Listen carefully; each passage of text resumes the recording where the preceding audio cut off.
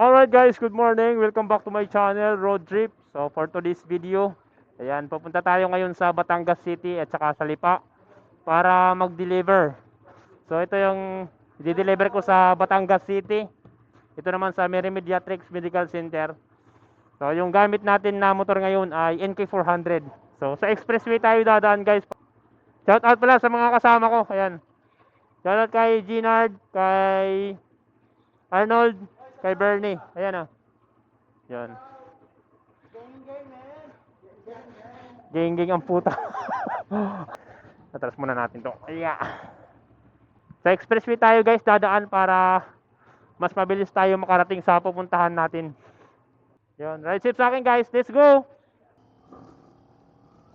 Kasi kung doon pa kumakit sa May Quirino, unang bayad yun. Nasa 129. Dito sa May Buendia, walang bayad. Walang tollgate dito. Kaya makakaminus tayo. Ayan, dito na tayo sa Skyway ngayon. Tama-tama talaga yung pagpunta natin ngayon sa Batangas City. Nakikita nyo naman, maaraw. Pero syempre, hindi ako kampante dyan. Mamaya baka biglang umulan. May dala akong kapote. Meron tayong panlaban ng ulan. Kung sakali lang na bumuhos yung ulan. Kasi tuwing hapon, umuulan eh. So ayan guys, at nandito na ako ngayon sa Islex San Pedro. Pero dadaan muna ako sa Petron para magpagas. Full tank sir, XCS 729 yung pinagas natin guys. 11 liters. Bali, yung capacity pala nito guys is 17 liters ng gasolina. So meron pa siyang natitira na almost 6 liters na gasolina. Thank you.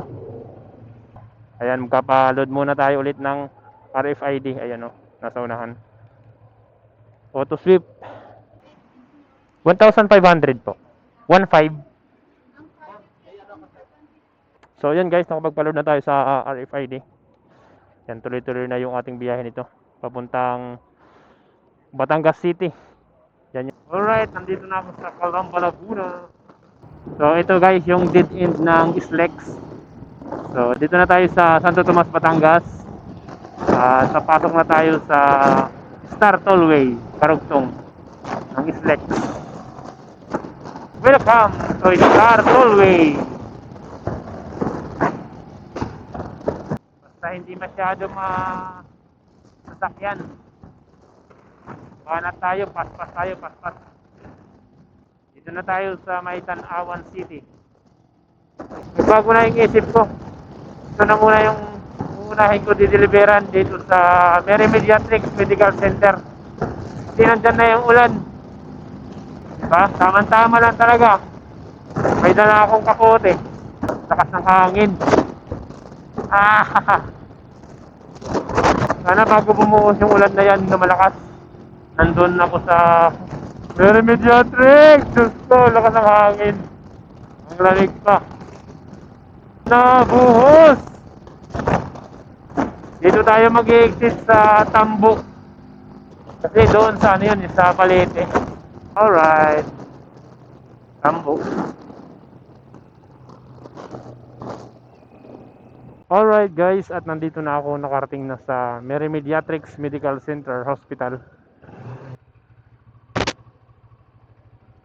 Thank you Lord. Hindi tayo inabutan ng ulan. So yung i-deliver natin dito guys sa laboratory, ito. Sa blood bank. Tapos ito namang naka-cooler sa St. Patrick Medical Center sa Batangas City. Yan yung panghuli nating dideliveran.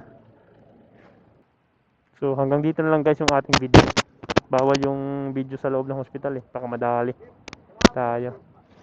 Salamat sa panonood guys. Bye bye. Gagi, may aso.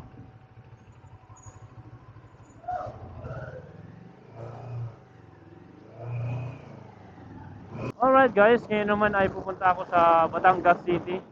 Ito na yung pinakahuli kong dideliveran sa Batangas, sa St. Patrick Medical Center Hospital.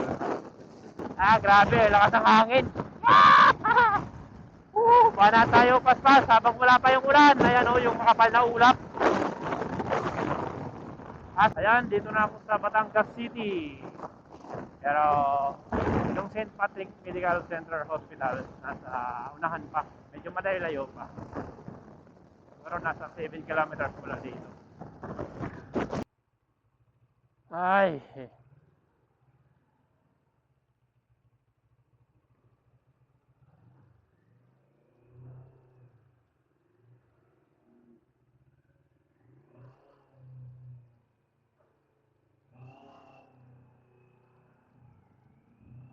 ito na yung sinasabi ko kanina nga. Batangas City Endurance Challenge. Tatakbo na. Nang yan, traffic.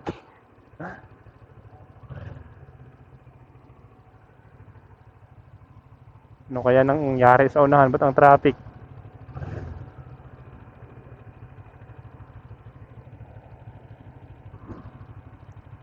Ang init pa. Diyos ko. Yee! Yan guys, dito na tayo sa Batangas City proper. Medyo moving naman yung sasakyan. Daming stoplight dito. Buti hindi nakaulan. So, saan ba tayo kakaliwa nun?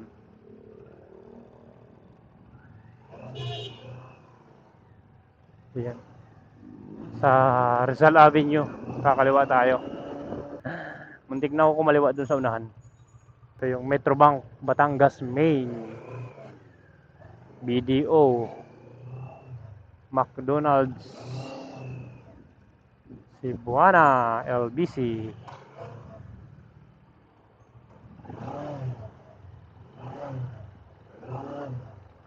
Kakanan tayo dyan sa maliit na eskinita. Init na ako sa suot kong kapote. Ay, Diyos ko.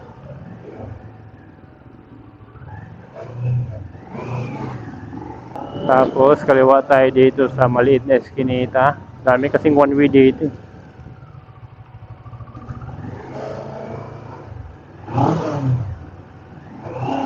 Tapos kaliwa ulit tayo.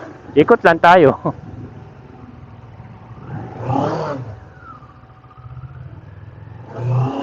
Ayan, ito na yung hospital dito. Ito yung St. Patrick Hospital Medical Center.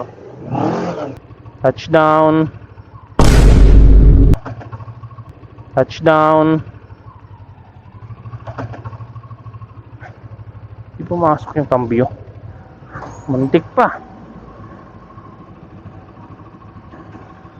Naka-neutral naman yun ah.